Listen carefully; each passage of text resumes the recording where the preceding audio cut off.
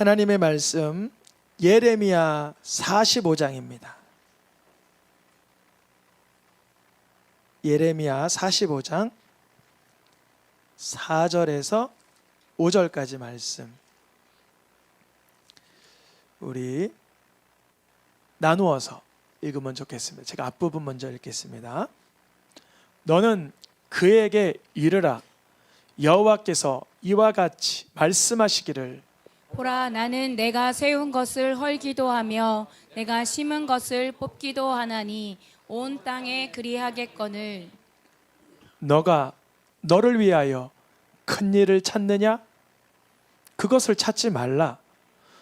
보라, 내가 모든 육체에 재난을 내리리라.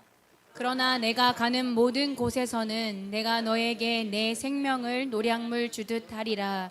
여호와의 말씀이니라. 아멘. 2025년 마지막 달, 세 달이 되었습니다. 12월 한 달 동안 우리에게 주시는 말씀의 주제를 같이 읽어보겠습니다. 시작. 무엇을 하지 말라요? 큰 일을 하려고 하지 말라.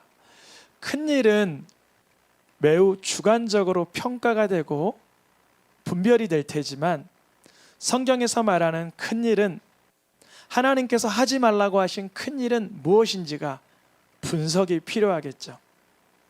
큰 일은 뭘까요? 세상에서 말하는 큰 일, 내가 드러나는 것, 내가 자랑되는 것, 내가 흡족한 것, 내가 원하는 것, 이기적인 것, 나중심적인 것, 나의 명예와 권력과 나의 인정받음이 늘어나는 것, 그것이 큰일일 것입니다. 조금 더 확장하면 하나님이 다스려야 되는 영역을 내가 하려고 하는 것, 그것까지도 그 큰일을 하지 말라고 하십니다. 예레미야 45장 5절 주제 말씀을 같이 읽어보겠습니다. 내가 너를 위하여 큰일을 찾느냐? 그것을 찾지 말라. 세상에서는 이걸 야망이라고 합니다. 이야, 너 야망이 크다. 크게 되겠는데? 그렇게 훌륭한 평가도 합니다. 하나님께서는 우리에게 맡겨진 소명, 사명, 우리에게 맡겨진 지난달의 말씀처럼 그 평범함 속에, 매일의 진솔함 속에 하나님의 영광 구하는 것을 기뻐하십니다. 한 달 동안 어떻게 말씀이 이어지는지를 먼저 살펴보겠습니다. 오늘 말씀의 제목을 읽어보면 큰 일을 찾느냐. 예레미야의 서기관 바룩에게 주신 말씀이에요. 오늘 말씀을 통해서 깨닫는 바가 있기를 축복합니다. 돌아오는 주일에는 어디에 마음을 두지 말고 높은 데 마음을 두지 말고 겸손한 마음으로, 진솔한 마음으로. 그 다음 주 말씀은 작은 능력을 가지고도 내게 있는 능력을 탓하는 것이 아니라 내게 주어진 주님이 주신 모든 조건과 상황을 가지고서도 주님의 일에 충성하기를 축복합니다. 마지막 주일을 28일 말씀 읽어보겠습니다. 한 가지만이라도 족하니라. 마르다와 마리아의 다툼 속에 하신 말씀이셨죠. 이번 달엔 특별 예배가 2번 있습니다. 또 특별 오후 예배가 하나 더 있는데요. 먼저 특별 예배라고 하면 목요일 날 있더라고요. 12월 25일 성탄 감사 예배가 오전 11시에 아기로 오신 예수님이라는 제목으로 말씀을 선포합니다. 그리고 새해가 됐을 때 1월 1일도 목요일인데요. 우리가 지난해부터 송구영 신예배를 31일 날 밤에 안 하고 1월 1일 날 오전에 많은 어르신들이 예배함을 다 동참하기 위해서, 또 어린아이의 어머니들도 늦은 밤 8, 9시보다 오전 11시가 참석률이 훨씬 높기에 그렇게 설정했습니다. 그럼 우리는 새생명교회는 12월 31일 날 예배가 없을까요? 수요일이니까 무슨 예배가 있죠? 수요 예배가 있습니다. 올해를 마감하는 예배를 수요 예배, 이사야 강해로 주님이 마치게 하십니다. 그리고 두 번째 주일에 오후 예배 있는데요. 다음 주 오후 예배입니다. 우리 성도님들 중에 장로님, 안수 집사님, 집사님, 서리 집사님, 권사님 이러한 직분을 가지고 계신 분들도 계시고, 내가 보통 자매님, 형제님, 성도님이라고 호칭되어 서리 집사 직분을 받지 못한 분들이 계십니다. 그래서 그런 분들을 대상으로, 또한 모든 직함 있는 재직들을 대상으로 오후 예배를 통해서 재직 세미나를 하려고 합니다. 그래서 내가 만약 성도의 부름을 받고 자매님, 형제님이란 부름을 받았지만 다음 주 주일 오후 예배를 통해 재직이 무엇인가, 교회의 직분자들이 무엇인가라는 말씀을 들으면 내년에 1월 달에 서리 집사님으로 호명할 때 새로 신임 서리 집사님으로 호명받습니다. 그리고 이미 지금까지 서리 집사님으로 직분을 가지고 계신 분들은 지속되는 것입니다. 오늘의 말씀의 제목 다시 한번 다음 페이지로 같이 읽어보겠습니다. 시작.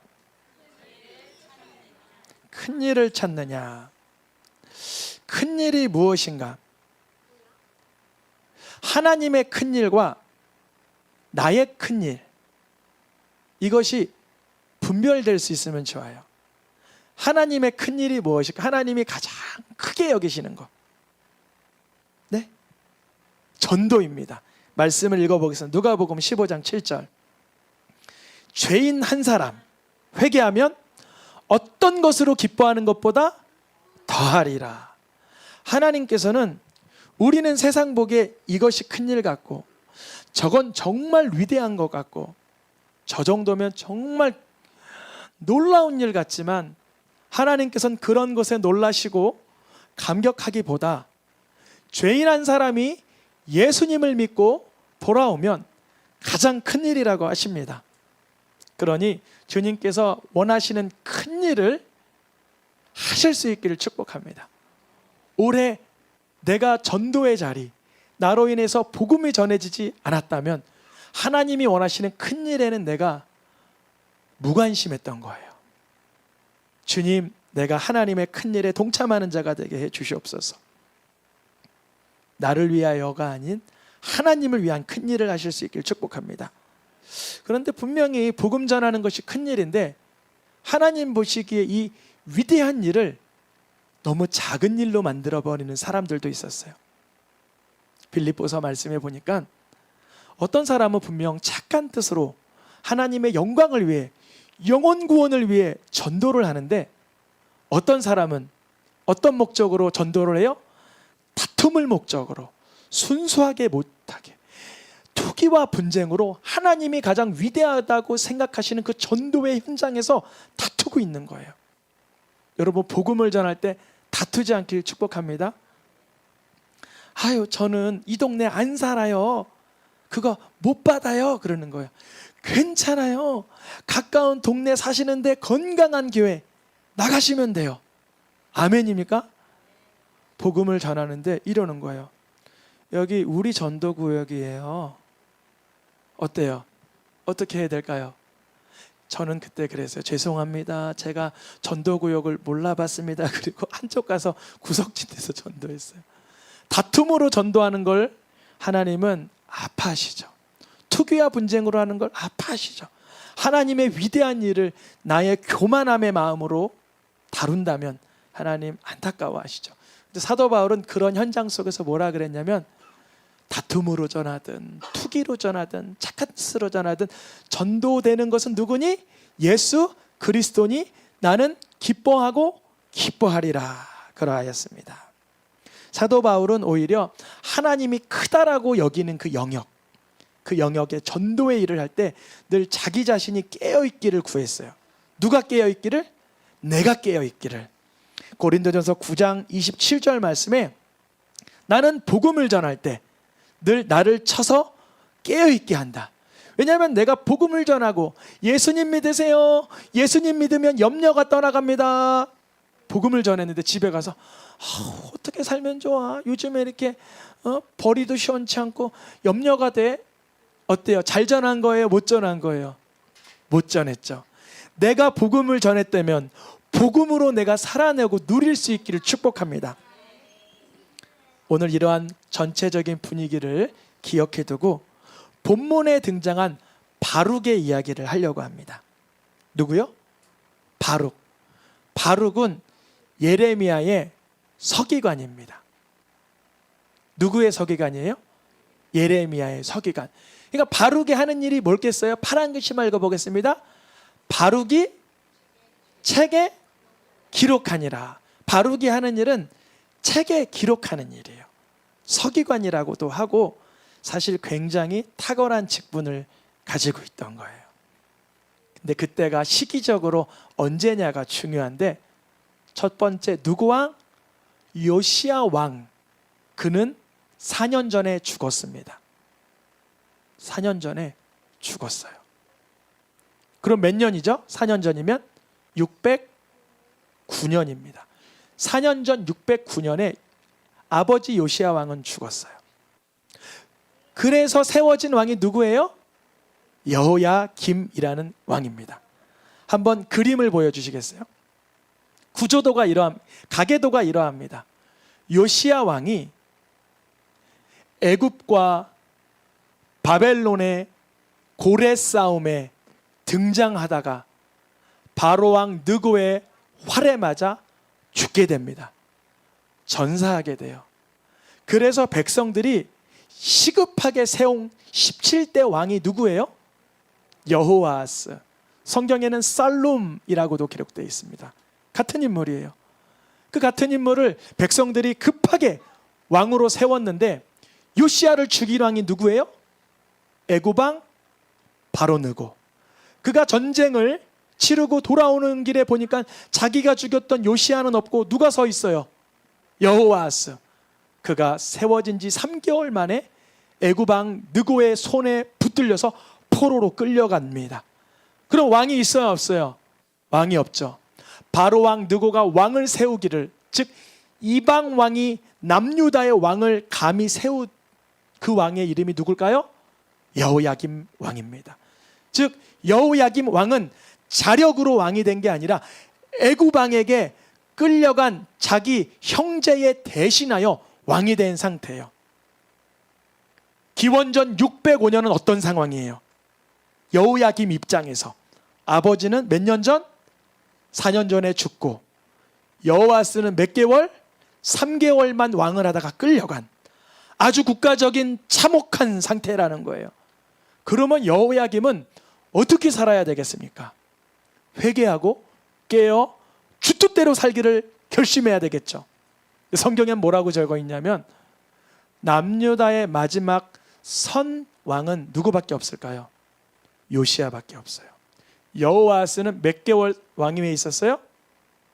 그런데 3개월 동안 성경 기록에 뭐라고 써 있냐면, 그가 하나님 보시기에 끔찍한 죄를 졌다라고 써 있어요. 몇 개월 동안? 옆에 바라보고 이렇게 인사하면 좋겠어. 단 3개월 동안. 아니, 왕으로 몇 개월 있었다고요? 3년 아니에요? 단 3개월 동안 너무나 처참한 죄를 지으니 끌려갔어요.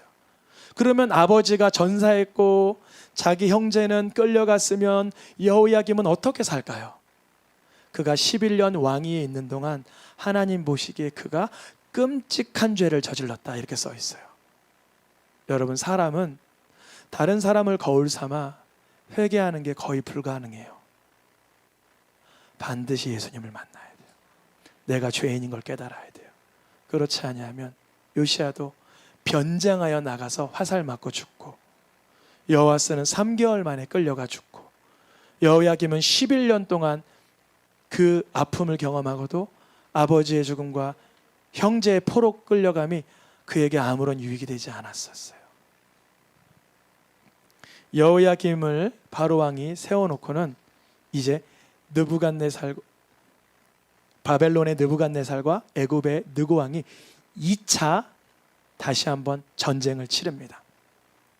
그 2차 전쟁 때는, 1차 전쟁 때는 무승부였는데 2차 전쟁 때는 갈그미스 전투라고 하는 이 전투에서 바벨론이 완승을 하게 됩니다. 그러니까 남유다는 사실 애굽의 편이었는데 애굽이 졌으니 여호야김 입장에서 자기를 세운 왕이 누구예요? 애굽 왕. 원래 누구 눈치를 보고 있었어요? 애굽의 눈치. 근데 승리를 누가 했어요? 2차전에서 바벨론. 이제 여호야김은 누구 눈치를 봐야 돼요? 바벨론의 눈치를 봐야 돼요. 이미 여호야김은 4년 동안 애굽 왕을 잘 섬기다가 4년 뒤인 605년이 바로 넷째 해, 오늘 본문의 그 해가 갈게미스 전투 2차전, 즉 바벨론의 승리가 있었던 그 해입니다. 이제 여호야김은 정신이 없는 거예요. 애굽의 눈치를 봐야 되나, 바벨론의 눈치를 봐야 되나, 누구 눈빛을 봐야 되죠? 하나님의 눈빛 보시길 축복합니다. 상대 기업의 눈빛을 봐야 되나, 우리 회사의 직원의 눈치를 봐야 되나, 아내의 눈치를 봐야 되나, 부모님의 눈치를 봐야 되나, 자식의 눈치를 봐야 되나, 하나님의 눈빛을 보시길 축복합니다. 여호야김은 그런 상황이었어요. 그러다 결국 그는 바벨론의 눈치를 봐야 함에도 바벨론 왕이 너 신신당부하는데 바벨론에게 조공을 바쳐 그렇게 말하고 떠나갔는데 그가 애굽에게 조공을 바치며 애굽이 이길 거라고 기대를 했어요. 결국 바벨론 왕이 남유다의 주변국들을 들어서서 여호야김을 죽이라고 명합니다. 그리고 여호야김은 끔찍하게 죽임을 받고 백성들이 여호아스를 급하게 옹립한 것처럼 누구를 세웠을까요? 여호야긴을 왕으로 급하게 세웠으나 여쭤봅니다. 여호야긴이 얼마나 왕위에 있었을까요? 똑같이 3개월이에요. 이 여호야긴이라는 왕도 똑같이 자기의 삼촌의 죄를 똑같이 반복합니다. 여러분, 인생이 그래요. 사람이 죄에서 벗어나는 게 그렇게 위대한 일이에요. 하나님이 죄의 나라가 회개하여 돌아오는 걸 그렇게 기뻐하시는 이유는 왕위가 계승되고 물려주고 쿠데타가 일어나고 암살당하고 죽임당하는 어마어마한 일 속에서도 사람은 자기의 죄를 깨닫지 못하는 거예요. 누구의 죄? 내 죄. 여호야긴이 이제 바벨론으로 끌려가고, 바벨론은 누구를 마지막 왕으로 세워둘까요? 시드기야, 너 내 말 잘 들어. 마지막 왕은 바벨론이 세운 것이에요. 이런 상황 속이니까 얼마나 상황이 풍전등화와 같습니까? 여호야김도 비참히 죽고, 여호아스는 포로로 끌려가고, 여호야긴도 에스겔과 끌려가고, 두 번째 포로에 여호야긴과 에스겔이 같이 끌려갑니다. 바룩의 예레미야서를 대필하던 바룩의 고백입니다. 예레미야 45장 3절입니다. 뭐라고 말해요? 바룩이 읽어보겠습니다. 화로다, 평안을 찾지 못하도다. 왜 찾지 못해요? 자기는 나라 일 맡은 예레미야의 서필 대필자로 서기관으로 일을 하는데 나라에 지금 망국의 조짐이 보이는 거예요. 요시야 왕은 화살에 맞아 죽고, 여호아스는 애굽에 끌려가고, 여호야김은 바벨론이 죽이고, 여호야긴은 바벨론으로 포로로 끌려가고, 이제 마지막 왕 시드기야에 이르기까지 나는 평안을 찾지 못해. 국가적인 이런 쇠퇴와 정말 파국 속에 바룩의 고백입니다. 그런데요, 바룩이 이때 하나님의 음성을 꼭 들었어야 되는 게 하나 있었어요. 예레미야 45장 4절입니다. 예레미야야, 바룩에게 이렇게 얘기해줘. 바룩에게 이렇게 얘기해줘. 뭐라고 얘기해줘요? 세운 것을 헐기도 하고 심은 것을 뽑기도 하는 분은, 그분이 누구세요? 여호와 하나님이시라는 거예요. 바벨론을 무너뜨리든 아수르를 무너뜨리든 애굽을 무너뜨리든 시드기야 왕을 왕으로 세우든 이러한 모든 큰일, 우리가 보기에는 사람의 일이 아닌 하나님의 영역의 일을 누가 하고 계시는 거예요? 하나님 자신이 하고 있는 거예요. 우리 성도님들 삶 가운데 이거는 사람의 영역을 벗어난 것이구나, 하나님이 하고 계심을 발견하길 축복합니다. 그런데 우주를 경영하고 계시는 하나님의 능력을 잘 알아보지 못한 바룩의 고백입니다. 뭐라고 말하냐면 45장 5절에 바룩의 고백이 이렇게 말하고 있습니다. 바룩이 나는 나를 위하여 큰 일을 좀 찾아봐야 되겠다. 누구를 위해요? 자기를 위하여. 이 국가적인 재난, 이 국가적인 풍전등화와 같은 절대절명의 순간 바룩이 이기심이 들어갔어요. 자기중심적인 생각이 쏙 들어갔어요. 하나님이 말씀하시는 거예요. 바룩, 너 너를 위하여 큰 일을 찾느냐? 그렇게 하지 마라. 바룩에게 하나님께서 가르쳐 주시는 거예요. 그 바룩이 뭐 찾았을까요? 오늘 새벽에 주신 감동입니다. 뭐 쉽게 생각할 수 있구만요. 이렇게 들으실 수도 있는데 저는 이게 궁금했어요. 하루 종일 기도하고 새벽에 주님이 감동을 주셨습니다. 바룩이 뭐 찾았을까요? 잘 들어보세요. 이미 605년이라 그랬죠. 606년에 누가 끌려갔냐면 우리가 잘 아는 지혜자, 꿈을 해석하는 다니엘이 이미 끌려갔어요. 다니엘 끌려갔어요. 605년에 누가 끌려가요? 제사장 에스겔이 끌려가요. 지금 인재들은 다 어디로 가고 있어요? 바벨론으로 끌려가고 있어요. 바룩은 인재예요, 인재가 아니에요? 인재예요. 그가 자기 살 길을 찾았던 거예요. 자기의 세상에서의 살 길을 찾았던 거예요. 감사하게 그가 이걸 깨닫고는 예레미야가 애굽으로 끌려갈 때 그도 동행합니다. 바룩이 올바른 판단한 거죠. 애굽으로 가는 건 하나님이 안 기뻐하는 뜻이었지만 끌려갈 때 헐벗은 자의 자리로 그가 동참합니다. 그러니까 너를 위하여 큰 일을 찾느냐, 이 얘기는 뭐냐면 자기의 출세를 위해서 자기 중심적인 이기적인 생각을 하고 있던 바룩에게 너를 위하여 큰 일을 찾느냐, 그걸 찾지 말아라 가르쳐 주시는 것입니다. 역대하 20장 15절에 같이 읽어보겠습니다. 시작. 이 전쟁은 누구에게 속한 것이라? 하나님께 속한 것이라. 다른 전쟁의 그 야시엘의 고백이긴 하지만 같은 개념입니다. 전쟁은 누구에게 속했다? 하나님께. 새생명교회의 모든 흐름과 역동은 누구에게 속했다? 하나님께 속했다. 우리 삶의 모든 내가 측정하지 못하는 영역은 누구에게 속했다? 하나님께 속했다. 다니엘이 바벨론까지 가서 고백한 내용입니다. 다니엘 5장 21절 읽어보겠습니다. 시작. 하나님이 다스리시며 세우시는 줄을 알기에 이르렀나이다. 짐승처럼 돼서야. 우리 서로 바라보면 인사하겠습니다. 짐승되기 전에 깨닫길 축복합니다. 적극적으로 인사하세요. 짐승되기 전에 깨닫길 축복합니다. 짐승이 뭘까요? 혈기대로, 증오하고, 분노대로, 폭력적이고, 이기적이고, 야만적이고, 절제하지 못하고, 겸손하지 못하고, 그랬던 느부갓네살 왕이 바닥을 기니 그때 깨달아요. 하나님이 다스리시는구나. 하나님이 세우시는구나. 하나님을 알아야 되는구나. 큰 일은 하나님께 속한 것입니다.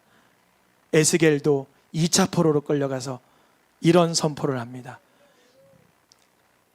읽어보겠습니다. 빨간 글씨만. 나는 신이라 내가 하나님 자리 곧 바다 가운데 앉아있다 하던 모아봐, 너의 교만함은 너는 사람이요 신이 아니거늘. 하나님의 위대함이 자기 거라고 착각하는 인생들에게 주님은 큰 일을 하려고 하지 말라고 하십니다.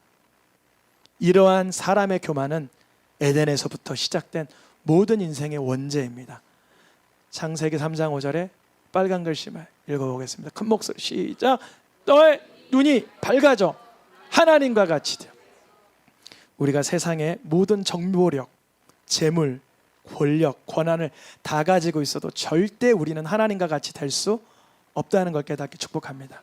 내가 무지한, 가려진, 감춰진, 어두워진, 편협한 영역이 반드시 존재합니다. 하나님만 어둠 이면의 것을 보실 수 있어요. 우린 못 봐요. 하나님과 같이 될 수 없다는 것을 고백하셔야 돼요.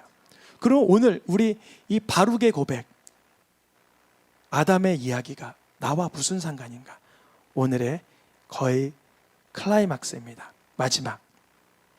만약 내가 형제를 판단하면, 이 11절 앞부분은 제가 생략했어요. 여러분 아시는 내용.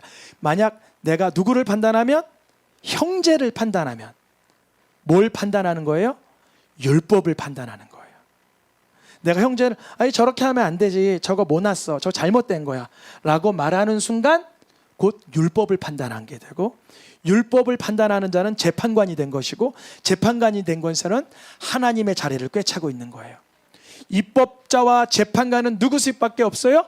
하나님 한 분밖에 없어요. 하나님이 그 죄인을 회개시켜 구원하기 시도하시고, 의롭다라고 자기 의에 취해 있는 자를 멸하기도 하십니다.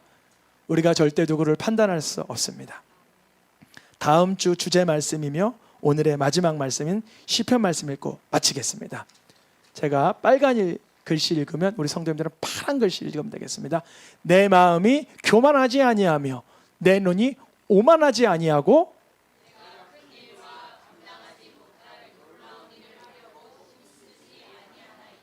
아멘. 누구의 고백이에요?